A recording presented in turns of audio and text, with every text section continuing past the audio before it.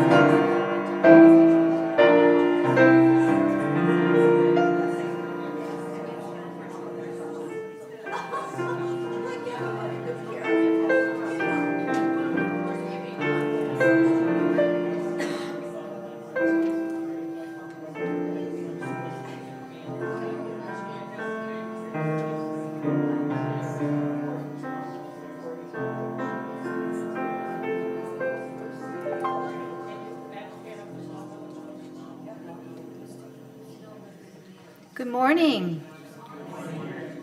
Here are some things you should know.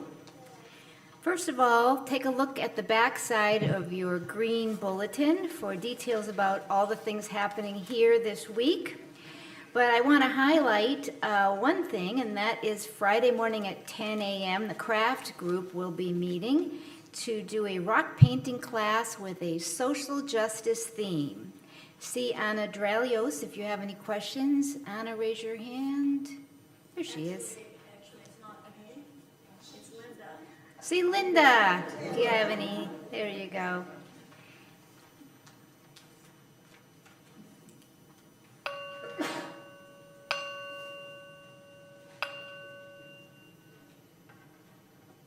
Welcome to the Unitarian Universalist Congregation of Venice, known as UCOV. My name is Janet Knudsen, and I'll be today's worship associate. No matter who you are, who you're with, or where you're at in your life's journey, you are most welcome here. We hope you'll join us on the lanai after the service for refreshments and conversation. Is there anyone visiting with us today for the first time who might feel comfortable standing and telling us your name and where you're from. We'll bring you a microphone so you don't need to shout. Elka.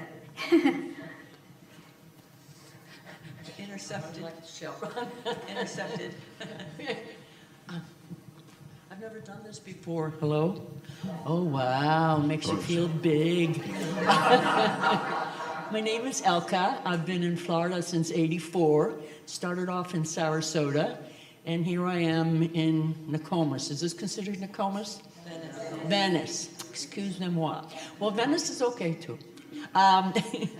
Anyway, I came from Philadelphia, Pennsylvania in '84. Started off in Sarasota.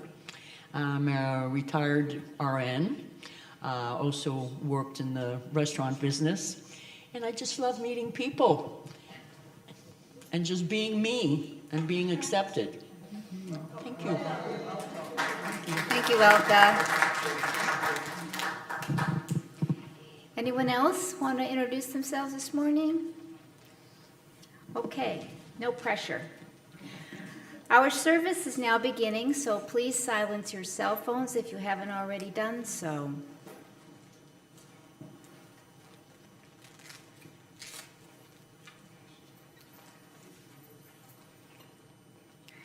Our chalice lighting reading this morning is from A Faith for the Free in the Prophethood of All Believers by James Luther Adams.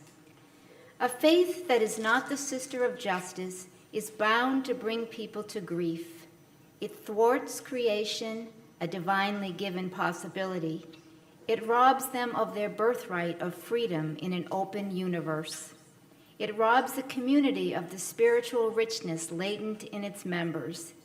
It reduces the person to a beast of burden in slavish subservience to a state, a church, or a party, a God made by human hands.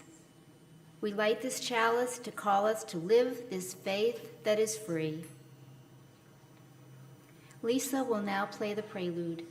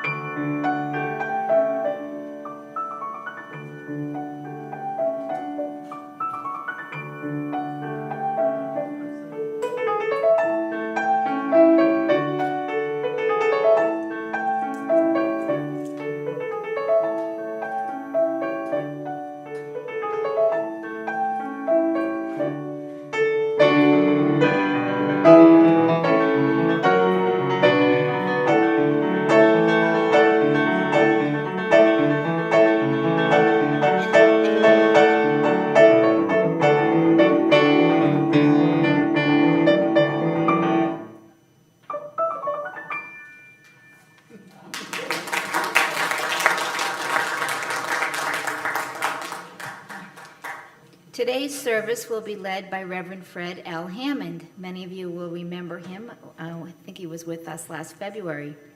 Fred currently serves as Developmental Minister for the Manatee Unitarian Universalist Fellowship in Bradenton. Prior to this, he served congregations in Mississippi and Alabama.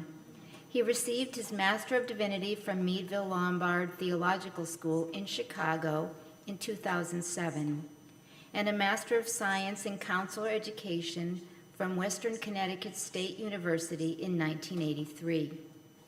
He was the co-founder and executive director of the Interfaith AIDS Ministry in Danbury, Connecticut, the co-founder of Druid City Pride, a nonprofit agency addressing LGBTQ rights in Tuscaloosa, Alabama, a co-founder of the grassroots organization Somos Tuscaloosa, which addresses immigration issues, and a co-founder and currently vice chair of STREAM, which stands for Stronger Together, Reaching Equality Across Manatee. STREAM is an interfaith grassroots organization addressing justice issues in Manatee County. Fred also writes poetry and short stories and enjoys taking photographs of nature. One of his poems was published in the Skinner House book, The Spirit That Moves, edited by Barbara Child. Please join me in welcoming back Reverend Fred Hammond.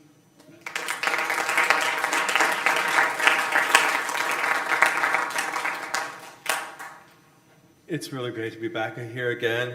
I bring you greetings from the Manatee Unitarian Universalist Fellowship. We are a smaller congregation in Manatee, just so you know that. So it's nice to see a full house. We have full houses there too, but it is so nice to see all of your faces. I'm always excited to hear all the different things that this congregation is doing locally and within your community as well. And so Janet was telling me that you started doing a restaurant gathering thing as a way of just keeping in touch with people and having some social time with one another. And that is so powerful and so moving to be able to do that. So I'm excited about the community building that you're doing. I'm excited about the work that you've been doing in Sarasota County as well. So with that, I'd like to bring us to doing our gathering hymn, which is Guide My Feet, number 348 in our gray hymnal, Guide My Feet.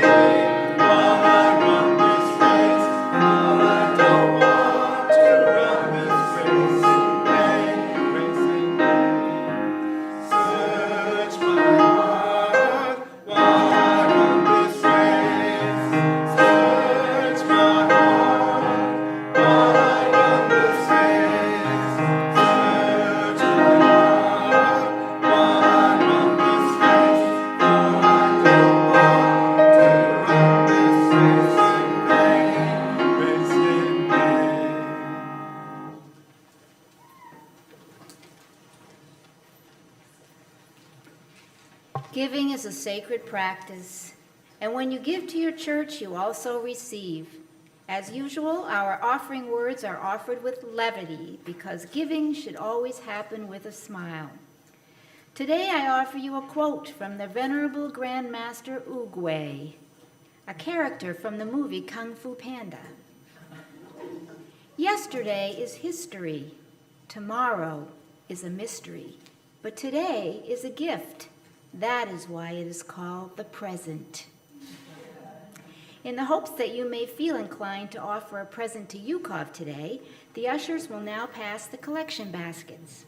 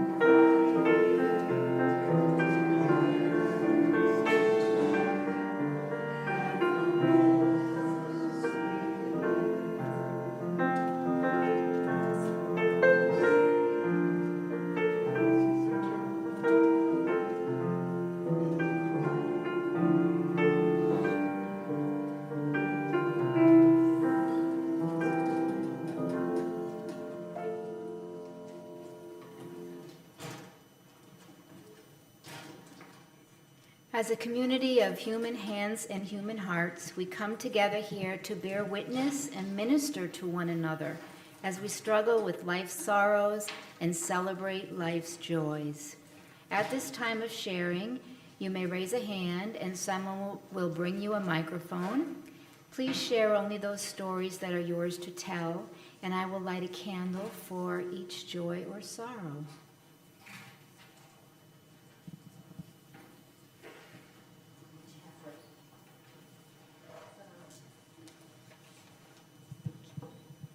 Good morning. I'm Eileen Leapley, and I wanted to tell everybody how happy Steve and I are for being back in Venice after a whole summer being away. We missed you a lot.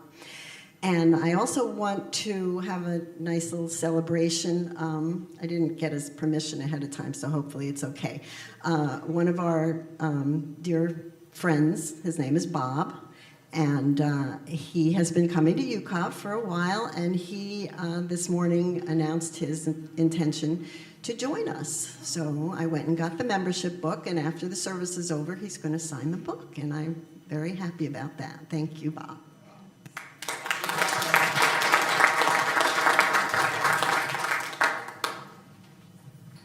For any of you who are new, we have a lot of snowbirds. So in a couple of months, this room will be full. So come early and get a good seat. Any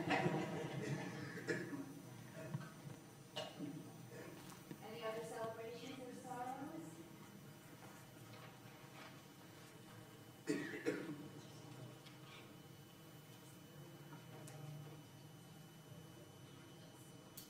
May the love of this community hold all who need love and concern. May the light of our community shine on the broken places of the world. May we never look away when we are needed. May those who are grieving be comforted. May those who are tired find rest. May the broken places be healed. May those who are filled with joy and laughter be abundant. Today's first reading is from Footprints of a Dream by Howard Thurman. The movement of the Spirit of God in the hearts of men often calls them to act against the spirit of their times, or causes them to anticipate a spirit which is yet in the making.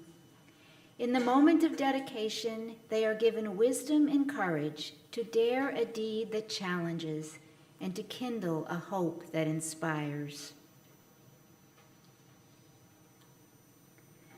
Today's meditative reading is a quote from William Jennings Bryan. Destiny is not a matter of chance. It is a matter of choice. It is not a thing to be waited for. It is a thing to be achieved. Holding these words in mind, please join me in a minute of silent thought, meditation, or prayer.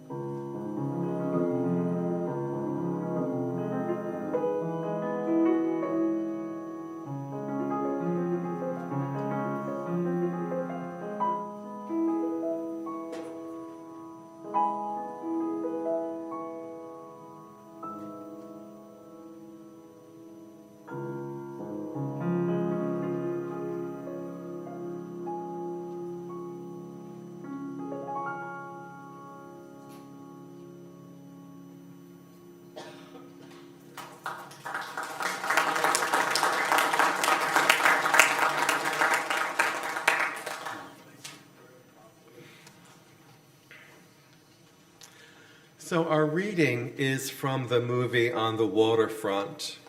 And this is Charlie and Terry talking with each other. They are brothers. Charlie begins.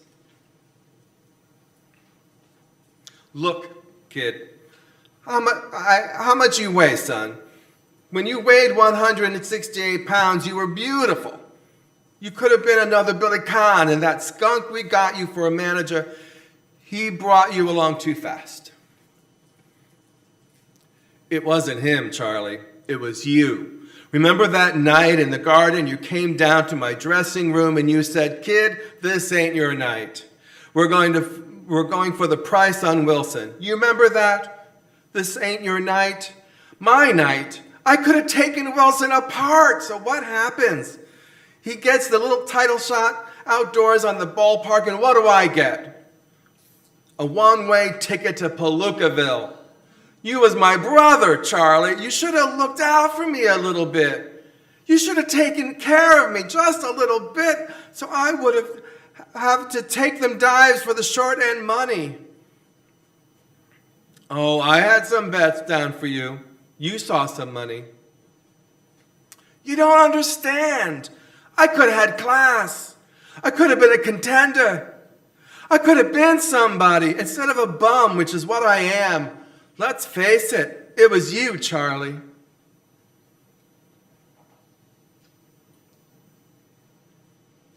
We have a hymn, yes? Come thou font of every blessing, 126.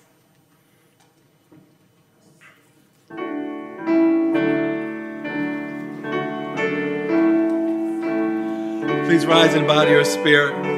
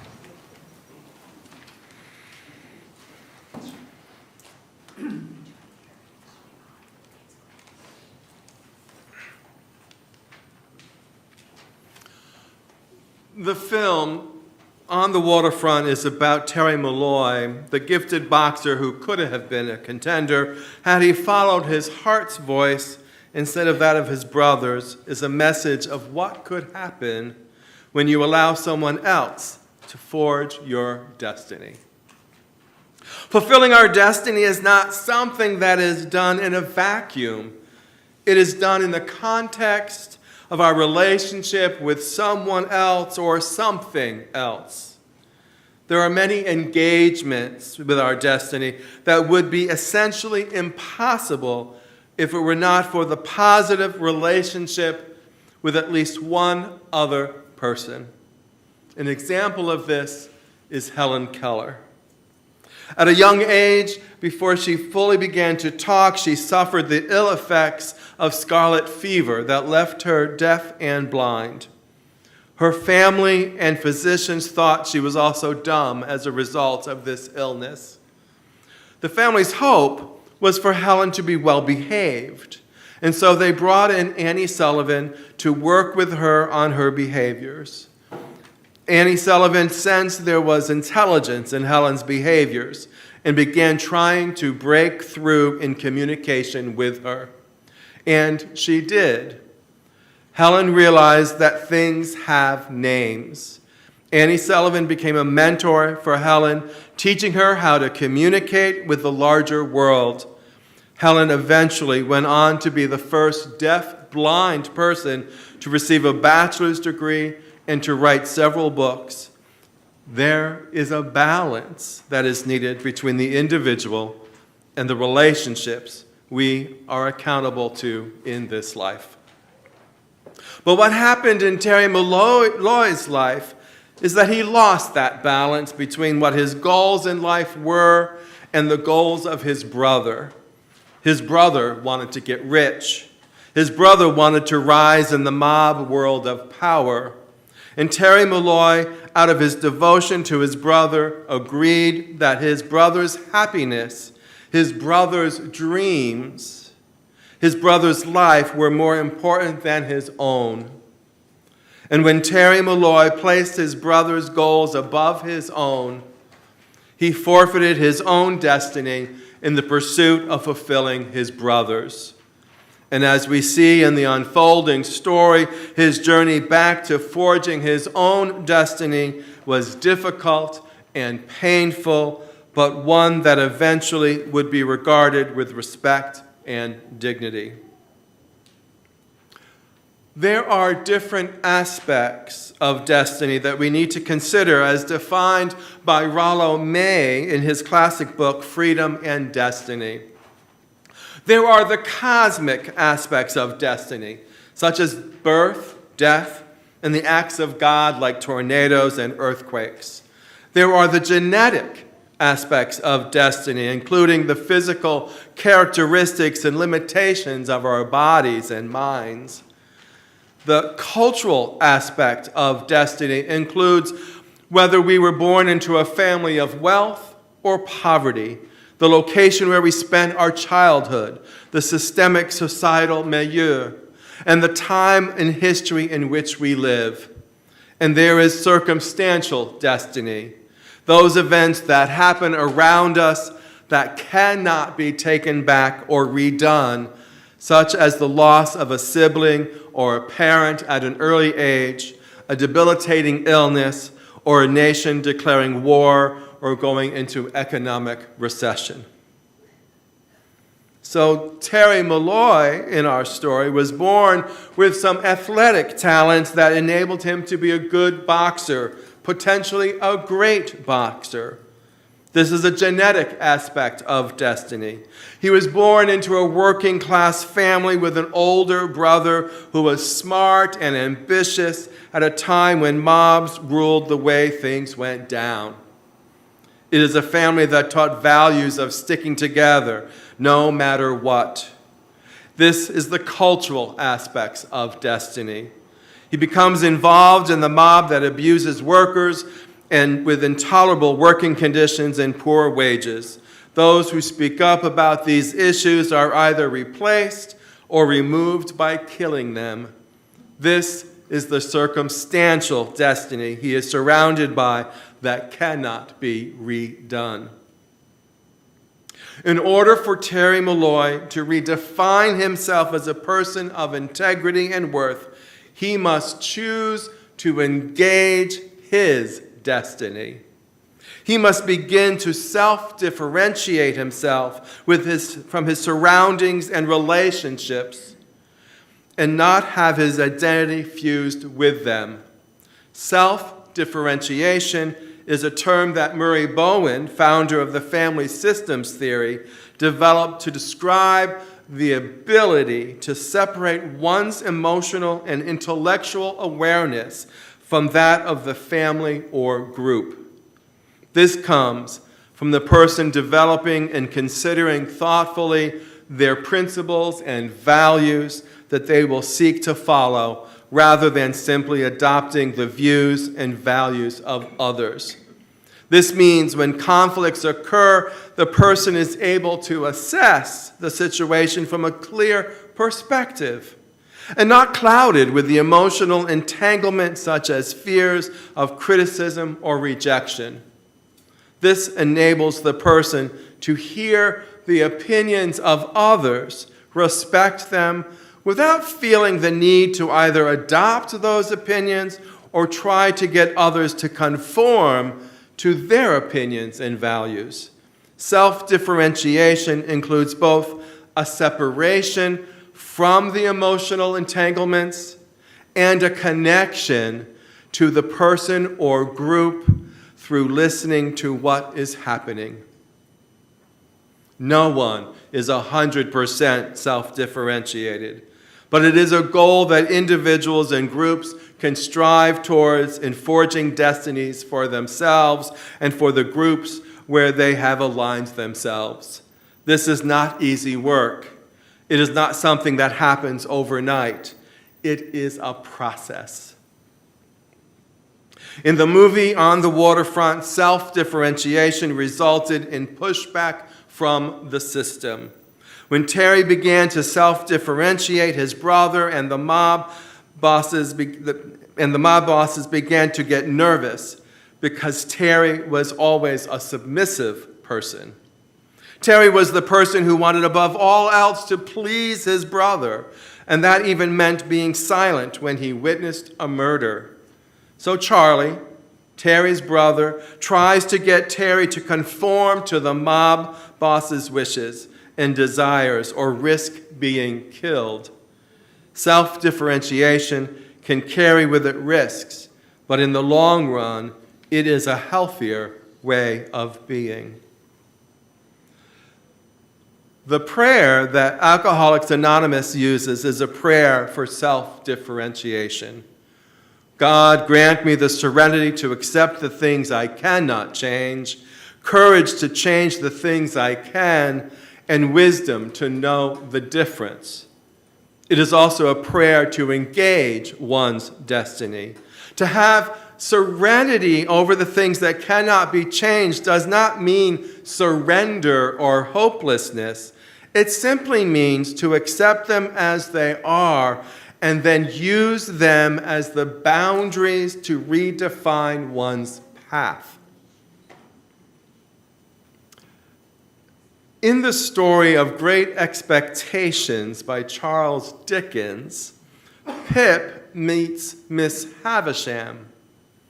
Now, Miss Havisham is an aged spinster who continues to wear her wedding dress and has stopped all the clocks in the house at 20 minutes to 9. She was jilted before the wedding, and now she waits eternally for her betrothed to come and marry her. Miss Havisham has tried to stop time and has tried to preserve the anticipation of her wedding that will never happen. This is not an act of engaging her destiny of circumstances. She has, in the process of trying to control time, become bitter and cruel. Nor is this an act of accepting things that cannot be changed.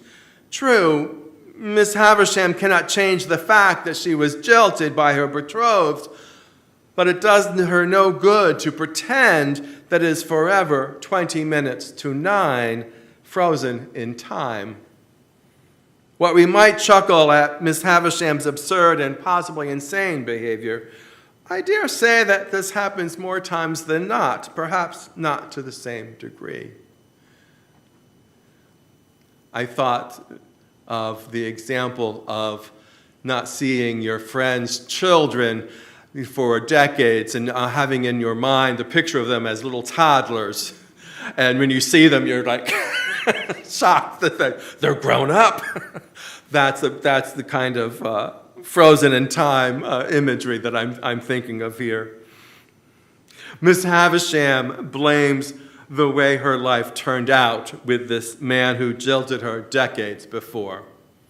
She then allows her life to be defined by this tragedy instead of grieving the loss and then using her wealth and privilege to create a different life for herself. Miss Havisham did not engage in destiny.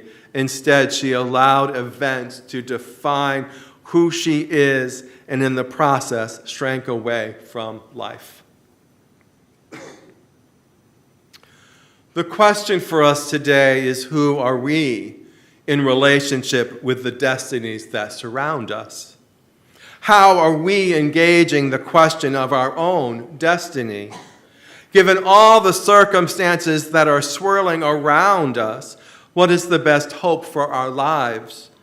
Are we like Terry, who went along to get along and then suffered the realization that he could have been a contender? Are we like Miss Havisham, who succumbs to allowing one moment in time to define her existence? Are we like Helen Keller, who engaged her environmental circumstances and rose to live her life to her fullest potential? As I look at these three stories, I see these examples as deeply spiritual. Helen Keller's especially, since her story is not fictional. I will give another example from my own life story of what I mean by engaging destiny as deeply spiritual. This is an example of circumstantial destiny. Mid to late 1980s, the country was suffering a pandemic of what eventually became known as HIV/AIDS. My best friend from high school became a person infected with this virus. People across the nation were firebombing homes of children with AIDS, banning children from schools. Our government refused to even acknowledge the existence of the disease. Hospitals refused to treat them. A whole generation of actors, writers, playwrights, dancers, musicians were lost. And they were despised and feared. My faith asked, who is going to love these people? Who is going to show compassion and mercy for these individuals? In the process of answering that question, I said, I will.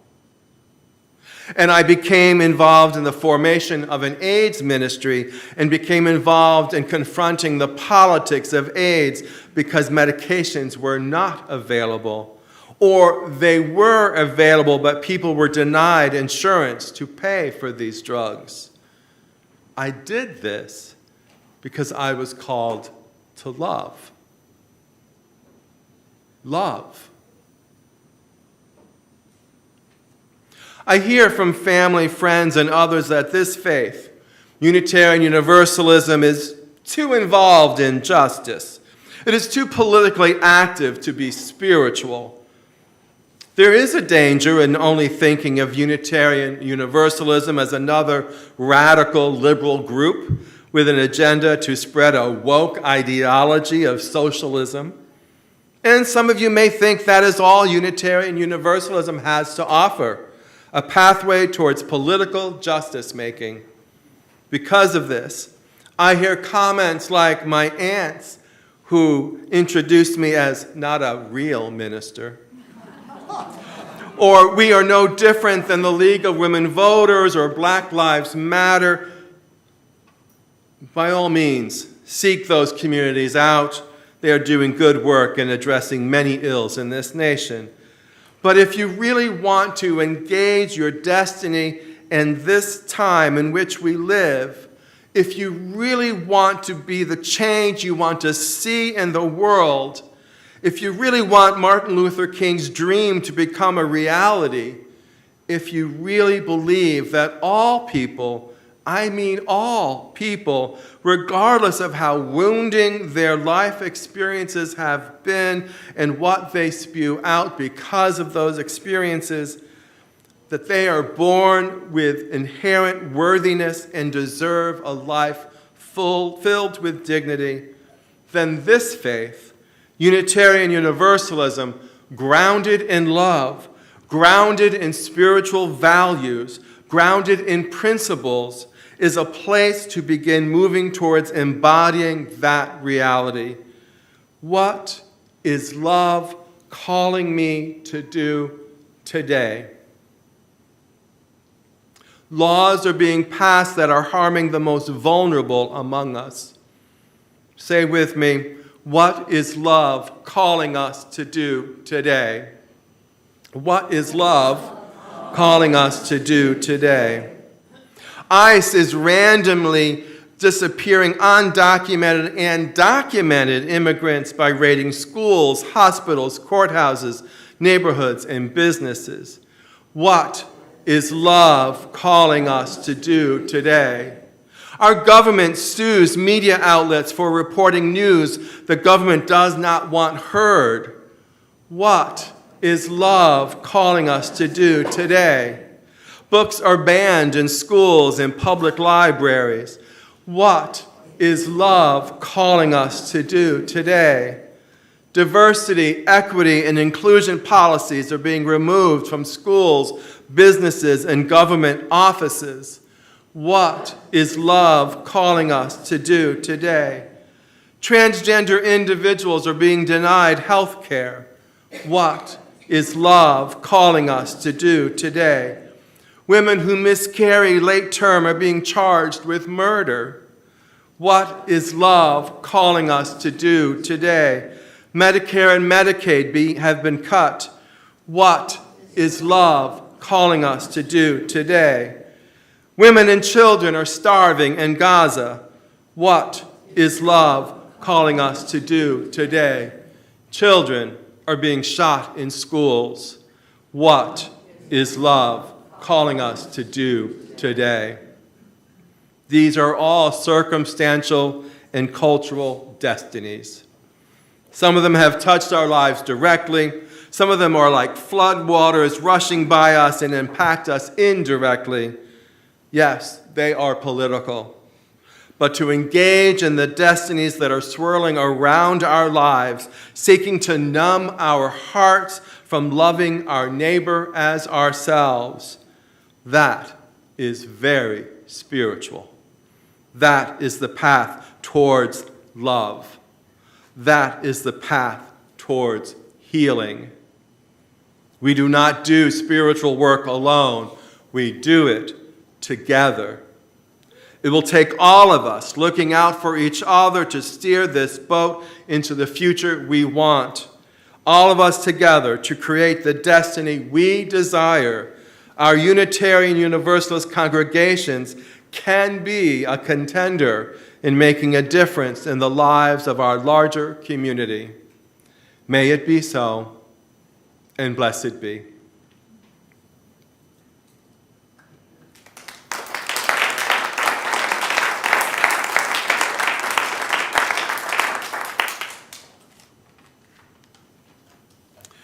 This chalice light, symbolizing the free faith, now extinguished, symbolizes the light within each one of us, calling us to listen to that which is genuine within ourselves, calling us to be creative in building justice, calling us to strive towards our divine potential in the spiritual richness of community. Our closing hymn is number 131, Love Will Guide Us. Please rise as you are willing or able.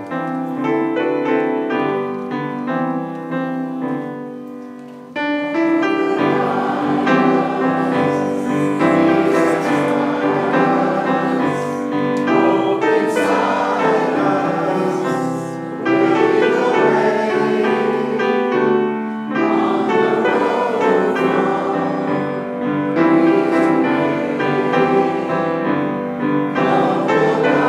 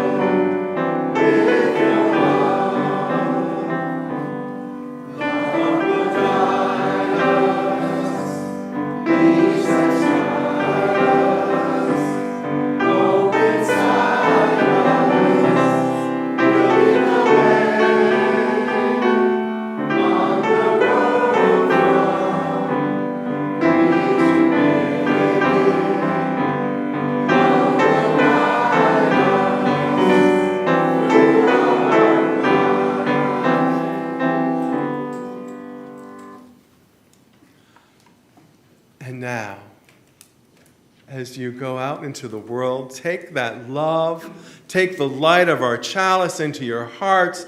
Live that light, live that love with all that you meet, with all who you are with, all the time as best as you can. I understand. It's sometimes hard, but we can do it. We can love one another in new ways and powerful ways. Go in peace. Love one another. Love one another. Amen.